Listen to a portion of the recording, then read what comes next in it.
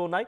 అసెంబ్లీలో జల వివాదాలపై చర్చ జరుగుతుండగా కేసీఆర్ రాకపోవడాన్ని సొంత పార్టీ నేతలు కార్యకర్తలే తప్పుబడుతున్నారట. మా ప్రతినిధి మధు ఉన్నారు.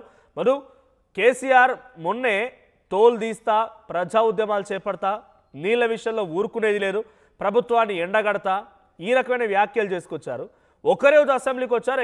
ఎగ్జాక్ట్గా టెక్నికల్గా చెప్పాలంటే 2 నిమిషాల 36 సెకండ్ల పాటుగా అసెంబ్లీలో కూర్చున్నారు. ఆ తర్వాత అక్కడి నుంచి వెనుదిరిగి వెళ్ళిపోయారు. కనీసం ఆయన ప్రెజెన్స్ కానీ ఆయన మాట్లాడుతున్నారన్న కానీ ఒక స్టేట్మెంట్ కానీ ఒక మాట ఎక్కడ కనిపించట్లేదు. సో దీనిపైన సొంత పార్టీ నేతలు కొంత అసహనానికి గురవుతున్నారు. పార్టీని పూర్తిగా కుదేలవుతోంది అనేటువంటి భావనలో ఉన్నారు. అప్డేట్స్ ఏంటి విషయం పైన? కేసీఆర్ ఇటువంటి నిరాశలో ఉన్నటువంటి కార్యకర్తల్ని ఏ రకంగా మళ్ళీ తన వైపు తిప్పుకోబోతున్నారు?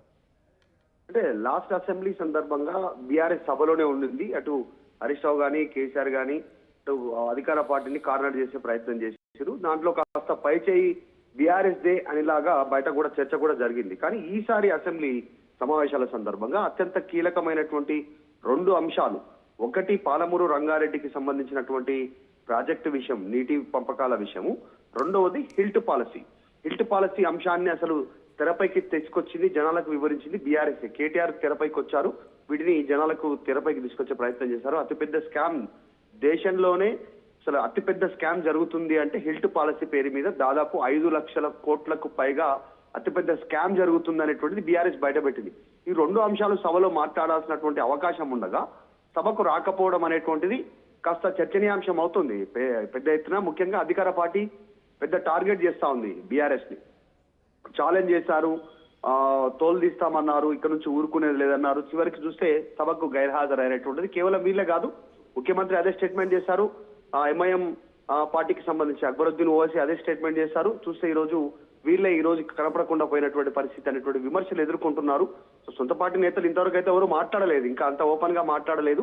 వాళ్ళు చెప్తా ఉంది ఏంటంటే బీఆర్ఎస్ పార్టీ నాయకులు అగౌరవపరుస్తా ఉన్నారు, అసభ్య పదజాలాన్ని ఉపయోగిస్తా ఉన్నారు, మైక్ ఇవ్వట్లేదు మాకు, అందుకే మేము బైకాట్ చేశామనేటువంటిది బీఆర్ఎస్ చెప్పుకుంటూ వస్తా ఉంది ఇప్పటి వరకు అయితే.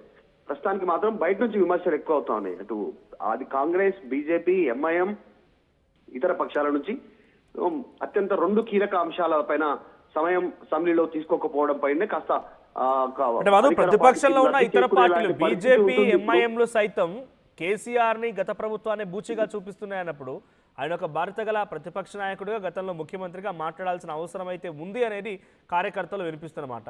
సో కేసీఆర్ ఎందుకు సైలెంట్ అవుతున్నారు? కేసీఆర్ ఎందుకు మాట్లాడలేకపోతున్నారు? హరీష్ రావు, కేటీఆర్ ఉంటే ఉండొచ్చు, కానీ హరీష్ రావు, కేటీఆర్ని కేసీఆర్తో సరిసమానంగా జనాలు చూడలేరు, తమ సొంత పార్టీ నాయకులు కూడా చూడలేరు. సో కేసీఆర్ ఈ అసెంబ్లీ సమావేశాలు ముగియేంత వరకైనా కూడా, లేదా బయట అయినా లేదా అసెంబ్లీ అయినా మాట్లాడే అవకాశం కనబడుతోందా?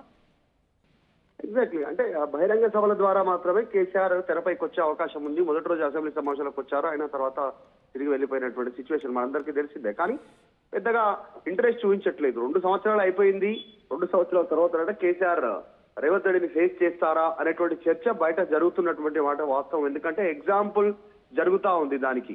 సేమ్ పక్క రాష్ట్రంలో ఆంధ్రప్రదేశ్ లో వైఎస్ రాజశేఖర్ రెడ్డి, చంద్రబాబు నాయుడు గతంలో ఇద్దరు ప్రత్యర్థులు, రాజకీయ ప్రత్యర్థులు, ఇద్దరు ఉద్దండులు ఒకరికొకరు విమర్శలు చేసుకున్నారు. తర్వాత రాజశేఖర రెడ్డి చనిపోయిన తర్వాత ఆయన కొడుకు జగన్మోహన్ రెడ్డి, అంటే చంద్రబాబు కంటే చాలా జూనియర్ అయినప్పటికీ కూడా ఆయనను చంద్రబాబు నాయుడు ఫేస్ చేసిండు. జగన్మోహన్ రెడ్డితో తలపడ్డాడు, విమర్శలు తీసుకున్నారు, ఆయన విమర్శిస్తే తీసుకున్నారు, ప్రతి విమర్శలు చేశారు. మళ్ళీ జగన్ ను ఓడించి డైరెక్ట్ గా ప్రత్యక్షంగా మళ్ళీ రాజకీయాల్లో మళ్ళీ ఆయన పార్టిసిపేట్ యాక్టివ్ గానే ఉంటూ ముఖ్యమంత్రి అయ్యారు. సో ఇక్కడ చంద్రబాబు సేమ్ అదే విధంగా చంద్రబాబును ఎందుకు తీసుకోలేకపోతున్నారు ఆదర్శంగా కేసీఆర్ అనేటువంటి చర్చ గత కొంతకాలంగా జరుగుతూ ఉంది. రేవంత్ రెడ్డి జూనియర్ కావచ్చు, నీ కిందనే పని చేస్తుండొచ్చు, కానీ ఈ రోజు మళ్ళీ నువ్వు ఫేస్ చేయాల్సినటువంటి అవసరం ఉంది, 2 సంవత్సరాలు అయిపోయింది కదా అనేటువంటి చర్చ అంతర్గతంగా జరుగుతున్నమాట వాస్తవం. కానీ బయటికి చెప్పడానికి కోరు ఇష్టపడట్లేదు జరుగుతున్నటువంటి పరిణామాలను. సో కేసీఆర్ ఎప్పుడు ఫేస్ చేస్తారు రేవంత్ రెడ్డిని? ఈ రోజు కాకపోయినా రేపైనా రావాలి. ఇంకా 3 సంవత్సరాలు ఉంది. 3 సంవత్సరాలు అసెంబ్లీకి రాకపోతే అదొక బ్యాడ్ రిమార్క్ గానే ఉండిపోయేటువంటి అవకాశం ఉందనేటువంటి చర్చ ఉంది. దీన్ని కాంగ్రెస్ అడ్వాంటేజ్ గా తీసుకుంటుంది. కేసీఆర్ రాకపోతే అసెంబ్లీకి అది రాజకీయంగా ఆటోమేటిక్ గా హరీష్ రావుకు లబ్ధి చేకూరుతా ఉంది, అది బీఆర్ఎస్ గమనించలేకపోతా ఉంది అనేటువంటి విమర్శలు కూడా డైరెక్ట్ గా ముఖ్యమంత్రి రేవంత్ రెడ్డి చేస్తా ఉన్నారు. సో వీటన్నిటి నేపథ్యంలో కేసీఆర్ మరి ఇక అసెంబ్లీకి ఈ రోజు చివరి రోజు అంటున్నారు, లేదంటే ఎన్ని రోజులు ఇంకా పొడిగింపు ఉందో తెలియదు. కానీ ఈ సెషన్ కి ఎట్లాగో బైకాట్ చేశారు, రావట్లేదు. ఎవరు కేవలం బహిరంగ సభల ద్వారానే పోతే విమర్శలు కంటిన్యూ అయ్యే అవకాశం ఉంది. రేపు ఫ్యూచర్ లో ఎప్పుడు అసెంబ్లీ స్టార్ట్ అయినా కేసీఆర్ ఖచ్చితంగా అసెంబ్లీకి రావాల్సినటువంటి అవసరం ఉంది. డైరెక్ట్ గా సమాధానం చెప్పాల్సినటువంటి అవసరం ఉంది.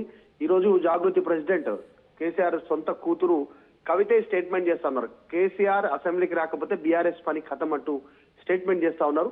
ఇక ముందు సమావేశాల తర్వాత రేపు ఫిబ్రవరిలో బడ్జెట్ సమావేశాలు ప్రారంభం కానున్నాయి. అప్పుడైనా కనీసం వచ్చేటువంటి అవకాశం ఉందా కేసీఆర్ అనేటువంటి చర్చ అయితే సాగుతా ఉంది. కేసీఆర్ రాకపోవడం దానిపైన విమర్శలు ఎక్కువ అవుతున్నటువంటి సిచ్యువేషన్ అయితే కనిపిస్తా ఉంది.